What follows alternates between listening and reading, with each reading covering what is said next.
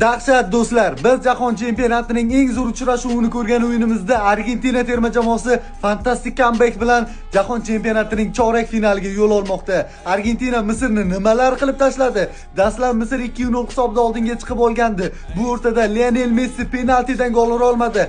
Biroq argentinaliklar qandaydir 13 daqiqa ichida Misr darvozasiga 3 ta gol urib, 3-2 hisobida g'alaba qozonib ketyapti. Va Leo Messi jahon chempionatidagi 8-umumiy jahon chempionatlari tarixidagi 21-golini uryapti. To'g'risi bir tarafdan Misrga achindim, lekin bir tarafdan ularning o'zini aybi 2 ta gol urgandan keyin himoyaga yotdi, faqat to'pni tepib yuborish bilan shug'ullandi. Argentina esa qayta to'pni olib kelaverib, baribir o'zining gollarini urib olishdi. Men o'sha Messi bilan Argentina bilan xayrlashdik deb o'ylagandim. Messining oxirgi raqsi nahotki mana shunday yomon tarzda ketsa deb, lekin u jang qildi, kurashdi va terma jamoasini oldinga tortgan holda baribir g'alabani yurib ketmoqda. Va endi Argentina terma jamoasi keyingi bosqichda yo Kolumbiya yo Shveysariya bilan o'ynaydi. Kim bilan o'ynashini bilmayman, lekin keyingi raqiblar Argentinaga qarshi yurak hovuchlagancha maydonga tushishi aniq do'stlar.